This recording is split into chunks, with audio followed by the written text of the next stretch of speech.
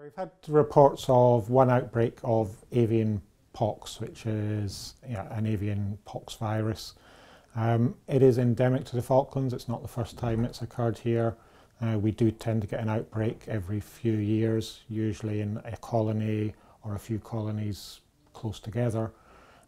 So there is some level of natural immunity in the adults. They have been exposed to it before. So at a population level, it's possibly not significant, but obviously at the individual colony level, the chicks have no resistance and are more sensitive, and obviously we can then have quite high chick mortality within that affected colony. So obviously our priority is just to make sure it doesn't artificially get spread between colonies in the Falklands. Obviously in these days with roads and fire gas and travelling around, it's quite easy for someone to visit quite a number of sites in a short time. So really it's to try and stop a single outbreak spreading into multiple outbreaks. The obvious signs within the colony, so it's just being observant and being aware.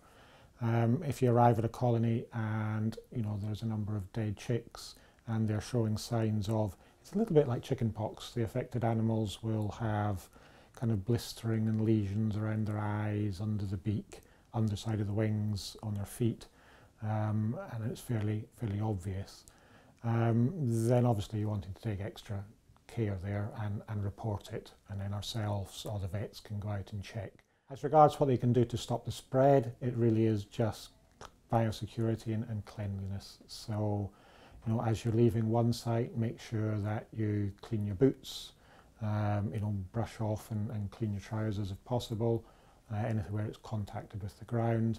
If you're using walking poles or the legs of your tripod, anything like that, then just make sure it has been cleaned before going on to the next site. Because of the concerns of the avian influenza, a lot of locations in the islands are now equipped with foot baths. The fire gas airstrips are, and a lot of the main tourist sites are. So if there is a foot bath available, use it.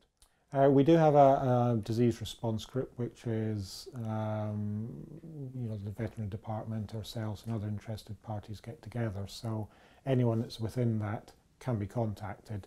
But I would say the easiest is probably contact ourselves or contact the veterinary department up at the Department of Agriculture.